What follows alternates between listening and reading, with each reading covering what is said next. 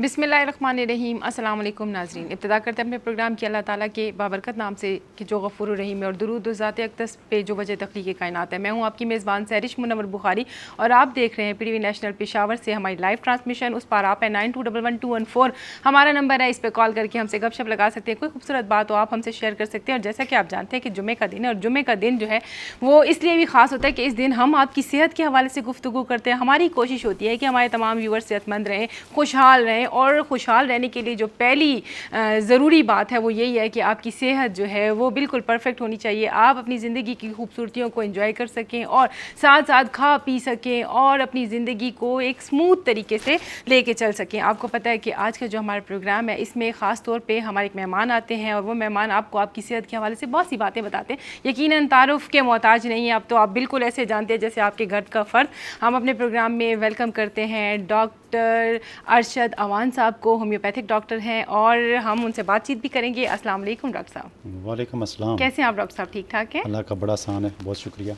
जी doctor साहब, वैसे तो हम अगस्त का महीना शुरू हो गया है, और हम साथ साथ जो है थोड़ा थोड़ा ये भी कहेंगे अपने व्यूवर्स को कि 14 अगस्त करीब है, तो आपने उसकी तैयारियां जो है वो करनी है ज़ोर शोर से, भरपूर तरीके से, लेकिन साथ साथ कुछ नवाफिल, कुछ दुआएं, कुछ इबादत भी करें इस हवाले से कि अल्लाह पाक जो है तो पाकिस्तान को अपनी हिफ्ज़ अमान में रखे, और पाकिस्तान जो है तो इसी तरह कायम व दायम रहे। प्रोग्राम को आगे लेके चलेंगे। डॉक्टर साहब हमारे साथ मौजूद है। एक कॉमन सी डिज़ीज़ है जिसके हवाले से हर वक्त हर बंदा बात कर रहा होता है, और अब तो मेरे ख्याल से 10 में से 8 बंदे इस डिज़ीज़ के जो है तो वो मुतासरा है। यकीनन हर घर में कोई एक आध बंदा आपको ज़रूर मिलता होगा कि जो आपको ये शिकायत कर रहा होगा कि मैं जो शुगर का मरीज़ हूँ और मेरे ये मसाइल हैं। इसी हवाले से आज हमने डॉक्टर साहब को बुलाया, इनसे बातचीत करेंगे। पहले तो इनसे पूछेंगे कि शुगर की मतलब होने की वजह क्या है। बेसिक चीज़ तो ये है ना कि बंदे को पता तो हो कि हम क्या ऐसी बदपरहेज़ी करें कि जिसकी वजह से हमें शुगर हो रही है, और शुगर चीज़ क्या है? हाँ, शुगर वैसे तो देखा जाए तो हर इंसान की बॉडी में नॉर्मल शुगर पाई जाती है, लेकिन जैसे ही वो अपनी रेंज से बढ़ जाती है, जी, मीठे का तजावुज़, मीठे का तजावुज़ तो बात की बात है, लेकिन जब वो अपनी रेंज से बढ़ जाती है, ठीक है, तो तब इंसान जो है वो शुगर का मरीज़ हो जाता है। अब जब शुगर का मरीज़ हो जाता है तो शुगर के मरीज़ होने के साथ ही जी, फिर हमारे लोग बहुत सारी गलतियाँ करते हैं कि जब उनको पता चल जाता है कि भाई उनको शुगर हो चुकी है, उनको पेशाब बार बार आ रहा है, उनका मुंह खुश्क हो रहा है, उनके जिस्म में दर्दें हो रहे हैं, लेकिन वो टेस्ट इसलिए नहीं कराते हैं कि हमें परहेज़ करनी पड़ेगी, और फिर उनकी बॉडी में शुगर का लेवल बढ़ा रहता है। और जब शुगर का लेवल बढ़ा रहता है तो ये शुगर का लेवल जब बढ़ा रहता है बॉडी में, तो सर के बालों से लेकर पाँव के नाखून तक पूरी बॉडी का कोई ना कोई ऐसा डैमेज हो रहा होता है। जी, और फिर बदनसीबी से ये भी होता है कि बहुत सारे ऐसे मरीज़ जिनको दिल के मसाइल, गुर्दों के मसाइल, आँखों के मसाइल, पाँव के मसाइल, जिसमें आगे बात करेंगे, तो ये बहुत सारी मसाइल पैदा हो जाते हैं। तो ये शुगर यही होती है कि शुगर का लेवल जब बढ़ जाता है, उसकी वजह बहुत सारी वजूहत होती हैं, हार्मोनल प्रॉब्लम भी होती हैं, टेंशन डिप्रेशन भी होती है, और जो सबसे बड़ी वजह जो हम हर किसी को पता है कि जो हमारी बॉडी के अंदर जो लबलबा है, लबलबा के अंदर बीटा सेल होते हैं जो इंसुलिन की प्रोडक्शन करते हैं। सही है। और जब इंसुलिन की प्रोडक्शन कम हो जाती है, स्लो हो जाती है या रुक जाती है, तो फिर इंसान जो कुछ भी खाता है, कोई मीठी चीज़ खाता है, कोई भी ऐसी चीज़ खाता है जिसमें कार्बोहाइड्रेट होती है, वो रोटी भी खाता है, तो उसका शुगर का लेवल जो है वो बढ़ना शुरू हो जाता है। तो इंसान शुगर का मरीज़ हो जाता है। डॉक्टर साहब, जैसे शुगर की बात करते हैं तो शुगर, चीनी को भी हम शुगर कहते हैं, तो हमारा तो जहन जो बस शुगर को देख के बस मीठे की तरफ ही जाता है, और हमें ऐसा लगता है कि शायद हमने सिर्फ मीठा बंद करना है, सिर्फ चीनी बंद करनी है, तो हम रूटीन पे आ जाएंगे और हमारा शुगर लेवल नॉर्मल हो जाएगा। आप ज़रा ये भी बताइएगा कि सिर्फ चीनी से ही हमें परहेज़ करना है, या और भी चीज़ें हैं कि जिनकी मिकदार को हमने क्वान्टिटी को ऊपर नीचे करना होगा और कुछ हमने बैलेंस करना होगा? हमारे लोग सबसे बड़ी गलती यही करते हैं जी, कि वो ये समझते हैं कि चीनी में शुगर है, उसको बंद करके गुड़ पर आ जाते हैं, गुड़ खाना शुरू कर देते हैं, और प्रोसेस्ड फूड खा रहे होते हैं, बर्गर खा रहे होते हैं, शौरमा खा रहे होते हैं, बेकरी के आइटम खा रहे होते हैं, रोटी, सफ़ेद आटे की रोटी खा रहे होते हैं। ये वो चीज़ें हैं जिनको शुगर का मरीज़ नहीं खा सकता है। सही। अगर वो खाएगा तो उसका शुगर लेवल हाई होगा, डेफिनेटली बढ़ेगा। सही। तो जब उसका शुगर लेवल बढ़ेगा तो जो हम रोज़ाना क्लिनिक में अपने मरीज़ों को देखते हैं, और जिस बुरे हालात में वो मरीज़ आते हैं, वही मरीज़ बुरे हालात में आते हैं जो इन चीज़ों की परवाह नहीं करते हैं और अपने शुगर को, उसकी मैनेजमेंट अच्छे तरीके से नहीं करते हैं, उसको मेंटेन नहीं रखते हैं, उसको नॉर्मल नहीं रखते हैं। तो ये मरीज़ बहुत कम वक्त में जो है बहुत सारी बीमारियों में मुब्तला हो जाते हैं। बल्कि इसके हवाले से मैं WHO की एक रिपोर्ट पढ़ रहा था, तो उसमें वो WHO कह रहा है इसके हवाले से कि अगर कोई शख्स जो शुगर के मर्ज़ में मुब्तला हो और अगर वो मसलसल 3 महीने तक उसकी शुगर लेवल बड़ा हुआ है, यानी जिस तरह के HbA1c टेस्ट किया जाता है तो अक्सर मरीज़ों की रिपोर्ट जो है वो काफ़ी ज़्यादा होती है। तो अगर मसलसल 3 महीने तक वो बढ़ा रहा है तो ये WHO की रिपोर्ट है, तो उसकी बॉडी का कोई ना कोई ऐसा डैमेज हो जाता है। यानी मसलसल किसी शख्स की अगर 3 महीने शुगर बढ़ी हुई है तो उसकी बॉडी का कोई ना कोई ऐसा लाजमी डैमेज हो जाता है। तो इसलिए शुगर को हमेशा मेंटेन रखना चाहिए, नॉर्मल रखना चाहिए, अपनी रेंज में रखना चाहिए। अच्छा डॉक्टर साहब, शुगर की वजह से जो चीज़ें डैमेज होती है उस पर तो बाद में बात करेंगे, पहले आप ये बताइएगा कि शुगर की इकसाम कितनी है। मतलब हमें तो यही पता होता है कि बस शुगर है, तो हमारे जो उस पार लोग बैठे हैं उनको पता होना चाहिए कि क्रॉनिक और सेवियर जो शुगर है वो किस लेवल पे आए तो फिर उसको क्या कहेंगे हम, और शुगर की कौन कौन सी इकसाम है, ब्लड शुगर है, यूरिन है, इसके अलावा क्या? हाँ, शुगर तो वैसे ब्लड में ही होती है, लेकिन जब वो बड़ी रहती है तो फिर यूरिन में भी आती है। लेकिन इसकी जो 2 बड़ी इकसाम है, एक टाइप 1 होती है और एक टाइप 2 होती है। सही है। टाइप 1 शुगर जो होती है वो बिलखुसूस बच्चों में भी होती है और फिर जवानों में भी ये टाइप 1 शुगर जो हो जाती है, ये इंसुलिन डिपेंडेंट होती है। सही है। इसमें हर सूरत में जो है इंसुलिन लगाना पड़ती है।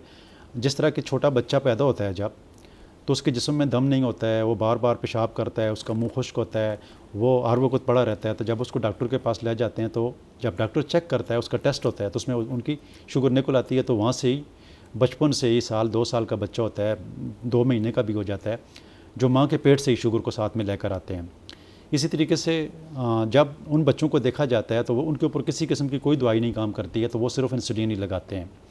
इसके अलावा जो दूसरी किस्म है शुगर की, वो टाइप 2 शुगर है, जिसमें मेडिसिन के ऊपर हज़ारों लाखों लोग चल रहे हैं। बहुत सारे लोगों को पता है जो ग्लूकोफेज खा रहे हैं या एलोपैथी की कोई दवाई खा रहे हैं या होम्योपैथी की कोई दवाई खा रहे हैं, उसके मुताबिक उनकी शुगर जो चल रही होती है, तो इसको टाइप 2 शुगर कहते हैं। इसके अलावा प्रेगनेंसी में अक्सर औरतों को जो शुगर हो जाती है, तो ये भी एक शुगर की किस्म है। इसी तरह हार्मोनल प्रॉब्लम होते हैं और बहुत सारे मसाइलों की वजह से और भी टाइप्स हैं, लेकिन ये 2 टाइप्स जो हैं ये बहुत कॉमन है। सही हो गया जी कि आपने बताया कि एक टाइप ऐसी है कि जिसमें इंसुलिन लगानी पड़ती है और दूसरी जो है वो मेडिकेशन से भी या गोलियों से, इन चीज़ों से भी क्योर हो सकती है। अच्छा डॉक्टर साहब, ये बताइएगा कि आपने बता दिया कि ये मतलब शुगर की ये इकसाम है, अब ये बताइएगा कि अलामात शुगर की क्या हैं, वो तो आपने किसी हद तक बता दिया थोड़ी डिटेल्स, और इसके साथ साथ ये बताइएगा कि अगर एक बंदा अपना शुगर कंट्रोल नहीं करता तो उसके कौन कौन से जिस्म के हिस्से हैं कि जिनको शुगर बहुत ज़्यादा इफ़ेक्ट करता है? हाँ, बड़ा अच्छा खूबसूरत सवाल किया है और मैं समझता हूँ कि इसका जवाब मैं थोड़ा डिटेल में देना चाहूँगा। यकीनन ज़रूर। अच्छा, यकीनी तौर पर जब किसी फ़र्द की कोई भी हो जिसकी शुगर का लेवल बड़ा होता है, तो सबसे पहली अलामत जो उसको होती है वो पेशाब। रात को बार बार पेशाब के लिए उठना, दिन को सारा दिन पेशाब, थोड़ा सा भी पानी पी लिया, चाय पी ली, कहवा पी लिया, तो पेशाब बार बार आना, मुँह खुश्क होना, जिस्म में दर्दें होना, नींद ना आना, बेचैनी होना, जिस्म पूरी बॉडी के एक अज़ा में दर्द होना और बहुत ज़्यादा डिप्रेशन और टेंशन में चले जाना। इसके साथ जो होता है, जो सबसे बड़े मसाइल जो पैदा हो जाते हैं, जो मैं रोज़ाना अपनी क्लिनिक में भी बहुत सारे मरीज़ों को देखता हूँ, और जो मरीज़ आते हैं बुरी हालात में, ख़ास कर जो किडनी फेल्योर आते हैं, तो शुगर की सबसे बड़ी काज, जिन लोगों की शुगर मसलसल बड़ी रहती है, जो लोग अपनी शुगर को कंट्रोल नहीं करते हैं, जो लोग हर चीज़ खाते पीते रहते हैं, और जो डॉक्टर उनको ये बता देता है कि आपने इस चीज़ के ऊपर डाइट करनी है, तो वो उस डॉक्टर के पास जाना भी पसंद नहीं करते हैं।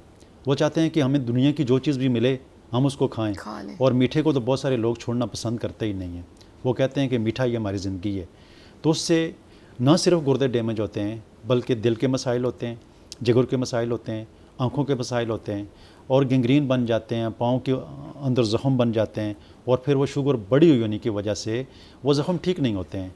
तो जहाँ तक कि बहुत सारे लोगों को आपने देखा भी होगा, आपके पड़ोस में होंगे, आपके गांव में होंगे, आपके मोहल्ले में होंगे, जिनके पाँव तक कट जाते हैं। कितने मरीज़ हैं जो आज डायलिसिस कर रहे हैं। तो ये शुगर की कॉम्प्लिकेशन जो हैं, कुछ लोग की आई साइट भी डॉक्टर साहब बिल्कुल विजन ख़त्म हो जाते हैं, आंखें, नज़र जो बिल्कुल नज़र कमज़ोर हो जाती है। यानी जहाँ पर शुगर एक ऐसी बीमारी है, चूँकि शुगर जो होती है इसका लेवल कहाँ पर बढ़ा हुआ नज़र आता है, खून के अंदर। सही। और खून का क्या काम होता है हमारी बॉडी में, इंसुलिन जो है वो पूरी बॉडी को यानी ग़िज़ा दे रहा होता है। सही। तो इसके अंदर रिसेप्टर लगे होते हैं। सही। तो शुगर का लेवल जब बढ़ रहा होता है तो वो रिसेप्टर बंद हो जाते हैं। तो उस सज़ा को फ़र्ज़ करें वो किडनी के अज़ा को अभी ब्लड वहाँ पर सर्कुलेशन ही नहीं हो रही है तो वो डैमेज हो जाते हैं। इसी तरह दिल डैमेज हो जाता है, इसी तरह आंखें डैमेज हो जाते हैं, दिमाग डैमेज हो जाता है, पाँव डैमेज हो जाते हैं, पाँव सुन्न हो जाते हैं। इवन यहाँ तक कि उनके पाँव अगर आग के सामने रखे हुए हैं, तो बहुत सारे ऐसे मरीज़ आते हैं सर्दियों में ख़ासकर, जो क्लिनिक में मैं खुद देखता हूँ, कहते हैं डॉक्टर साहब हम हीटर के आगे सर्दी में बैठे हुए थे, पता ही नहीं चला पाँव में कुछ है ही नहीं है, तो ये देखें सारा पाँव जल गया है। तो ये शुगर की जो कम्प्लिकेशन है इंतहाई ख़तरनाक है। तो ये जो शुगर के मरीज़ हैं उनको चाहिए कम अज़ कम अगर वो शुगर का इलाज यही कर लें कि वो घर में ज़्यादा से ज़्यादा सलाद का इस्तेमाल कर लें, रोटी जो है वो मल्टीग्रेन आटे का इस्तेमाल कर लें, मकई की रोटी इस्तेमाल कर लें, खाना कम खा लें। मैं यकीनी तौर पर अगर शुगर के मरीज़ अगर एक ये काम भी कर लें कि वो खाना सुन्नत के मुताबिक कर लें, जिस तरह नबी पाक सल्लल्लाहु अलैहि वसल्लम ने अपनी ज़िंदगी में बताया, मुसलमानों को नहीं बल्कि पूरे दुनिया में रहने वाले लोगों को बताया कि आप जब भी खाना खाएं तो उसको 3 हिस्सों में तकसीम करें, एक ऐसा खाने के लिए, एक ऐसा पानी के लिए और एक ऐसा खाली। तो जो शख्स ये भी कर लेगा और ग़िज़ा कम खाएगा, पेट भर कर नहीं खाएगा, थोड़ा थोड़ा खाएगा, तो यकीनी तौर पर उसकी शुगर लेवल जिस रफ्तार से बढ़ रही है तो वो बढ़नी कम हो जाएगी, उसकी शुगर जो है नॉर्मल होना शुरू हो जाएगी। और अगर खाने में ख़ास कर सलाद का इस्तेमाल, फ्रूट का इस्तेमाल, सेब का इस्तेमाल, अमरूद का इस्तेमाल, अंगूर का इस्तेमाल भी शुगर का मरीज़ कर सकता है, आम का इस्तेमाल भी कर सकता है, लेकिन लिमिट में, ज़्यादा नहीं। तो अगर थोड़ा सा अपनी डाइट के ऊपर ख्याल करके, रोटी का इस्तेमाल कम करके, सलाद का इस्तेमाल ज़्यादा करके, चना चाट खा सकता है, लोबिया चाट बनाकर खा सकता है, छोले खा सकते हैं, तो ये वो चीज़ें हैं शुगर के मरीज़ के लिए जो खाने वाली हैं। यकीनी तौर पर अगर शुगर के मरीज़ ये चीज़ इस्तेमाल करेंगे तो उनका शुगर लेवल जिनका बड़ा रहता है तो वह नॉर्मल होना शुरू हो जाएगा। और सबसे बड़ी जो ज़रूरी चीज़ है शुगर के मरीज़ों के लिए वो वाक है। वाक इस अंदाज में करें कि 1 सेकंड में 2 कदम और 1 मिनट में 120 कदम की रफ्तार से अगर आधा घंटा डेली शुगर का मरीज़ वाक करेगा तो यकीनी तौर पर अगर उसकी शुगर 300 में है तो 300 में अगर आधा घंटा इस रफ्तार से डेली वाक करेगा तो उसकी शुगर 150 में आकर नॉर्मल हो जाएगी। तो एक वाक के कितने फ़ायदे हैं। तो शुगर का मरीज़ अगर अपना लाइफस्टाइल इस अंदाज से चेंज नहीं करेगा तो वो ठीक नहीं हो सकता है। सही डॉक्टर साहब, बहुत अच्छी बातें आपने की हैं। अक्सर मरीज़ जो है तो उसको डॉक्टर हजरात कहते हैं कि आपने चावल नहीं खाना, चीनी नहीं खानी और आटा नहीं खाना।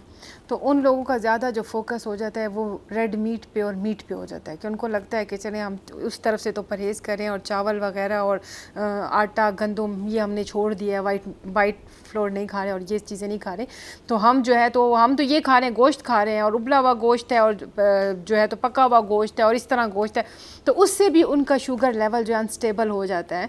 तो उनको ये समझ नहीं आती। आपने यकीनन बहुत अच्छा बताया है कि हर बंदे को एक पोर्शन अपने डाइट का वो बनाना चाहिए कि कितना पोर्शन उसने खाना है एक टाइम में। और वैसे इंटरनेशनल रिसर्च के मुताबिक भी कि एक मुट्ठी के बराबर आप खाना खा सकते हैं एक टाइम में, और उसमें जो है बाकायदा हर चीज़ का पोर्शन होना चाहिए, जैसे प्रोटीन हो गया, जैसे आप फाइबर हो गया, मतलब हर चीज़ को आपने मिक्स करके लेना, जिसमें नट्स और भी चीज़ें होती हैं। तो आप ज़रा ये भी बताइएगा कि कुछ लोग फोकस कर लेते हैं कि हमने आटा तो छोड़ दिया है, हम तो अब आटा खा ही नहीं रहे हैं, हम तो अभी चीनी को हाथ भी नहीं लगा रहे हैं, हम तो सिर्फ गुड़ कभी कभी एक डाल के पी लेते हैं, लेकिन हमारा शुगर लेवल, और मैंने अक्सर देखा लोग ये मुख्तलिफ ब्रांड्स की वो सुकराल और ये भी इस्तेमाल, उससे भी शुगर अनस्टेबल होता है।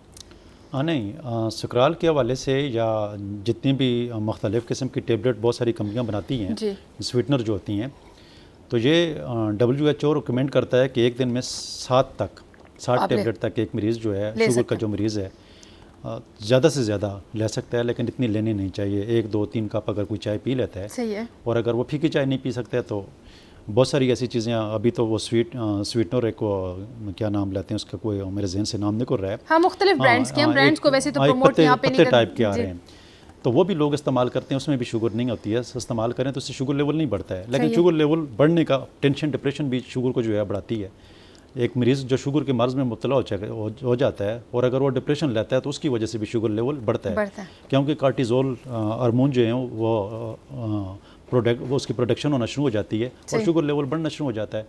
तो जितना मरीज़ अपने आप को रिलैक्स रखेगा, मीट के हवाले से आपने बात की है, तो मीट शुगर का मरीज़ खा सकता है, लेकिन उसमें चिकनाहट नहीं होनी चाहिए।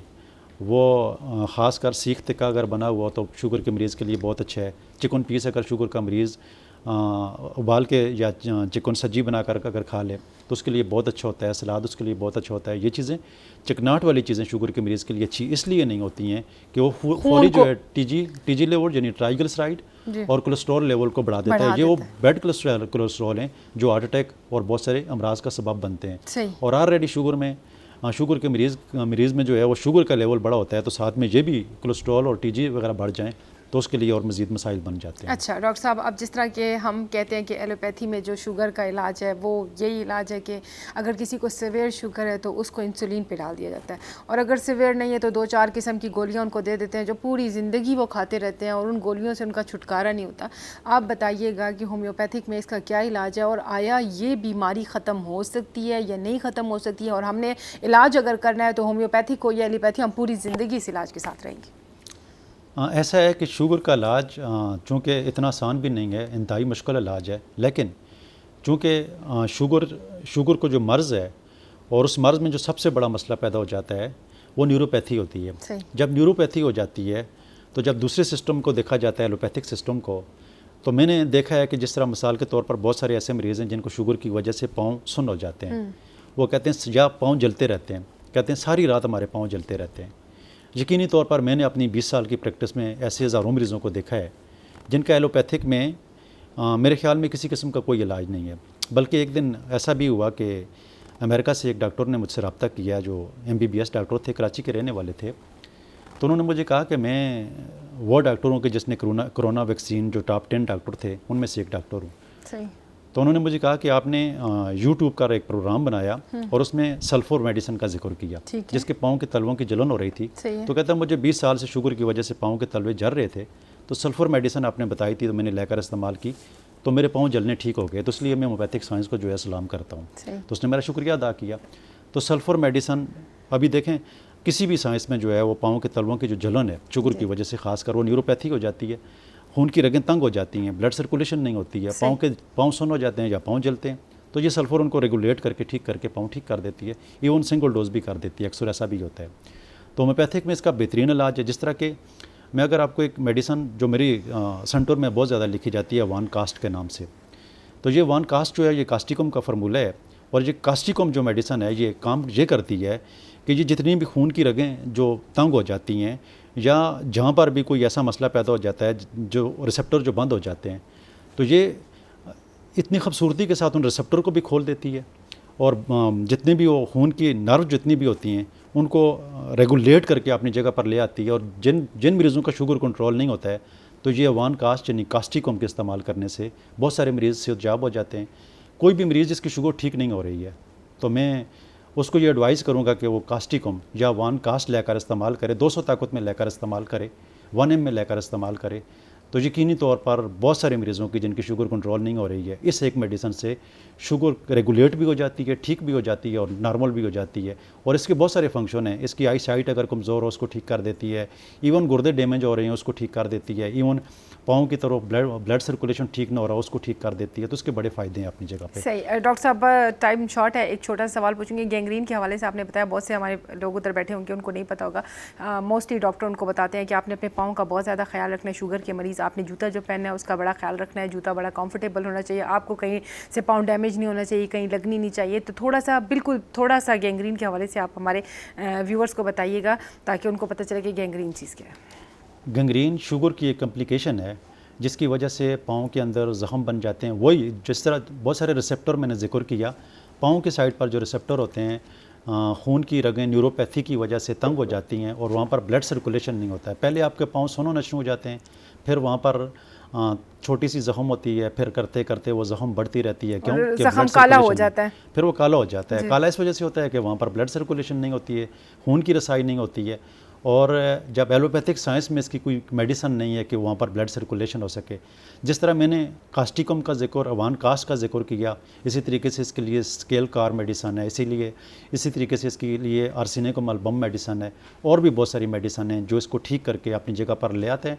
और ये गैंग्रीन की जो है ख़ासकर जो केस हैं मेरी क्लिनिक में और होम्योपैथिक के बहुत सारी क्लिनिक में ऐसे जो मरीज़ जाते हैं तो अल्लाह के फजल से तकरीबन 99% मरीज़ ठीक हो जाते हैं। शुक्रिया, बहुत मेहरबानी डॉक्टर साहब। इस हवाले से बात करेंगे क्योंकि अगला प्रोग्राम जब हमारा होगा तो हम थोड़ा ये भी पूछेंगे कि मोस्टली लोग कहते हैं कि होम्योपैथिक की मेडिसिन में किसी हद तक स्टेरॉइड का भी इस्तेमाल होता है। इस पे थोड़ी हम बात करेंगे क्योंकि ताकि हमारे व्यूवर्स को पता चले कि जब वो जो चीज़ इस्तेमाल कर रहे हैं वो उनके लिए फ़ायदेमंद है और उनकी सेहत को किसी किस्म का नुकसान नहीं है। क्योंकि अभी तक हमने यही सुना कि होम्योपैथिक के साइड इफ़ेक्ट्स नहीं हैं, बहुत कम हैं। क्यों? ठीक है कि इलाज थोड़ा स्लो है, लेकिन चीज़ों को आहिस्ता आहिस्ता मैनेज करके ये आगे की तरफ लेके जाता है, तो इसके इतने ज़्यादा साइड इफ़ेक्ट्स नहीं होते। लेकिन आपने इसमें हमारे साथ इस चीज़ पे थोड़ा सा वो करना है ताकि हमारे व्यूअर्स को पता चल सके। हम बहुत मशकूर हैं, शुक्रिया आप आए, आपने हमारे प्रोग्राम में टाइम दिया। इंशाल्लाह आपको बुलाते रहेंगे।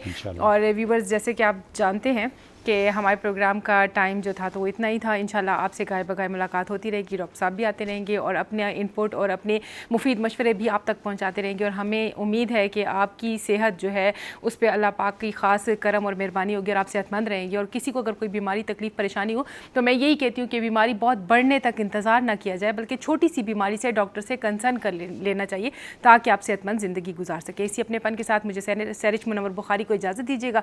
बशर्ते ज़िंदगी फिर मुलाकात होगी, तब तक अल्लाह के बाद।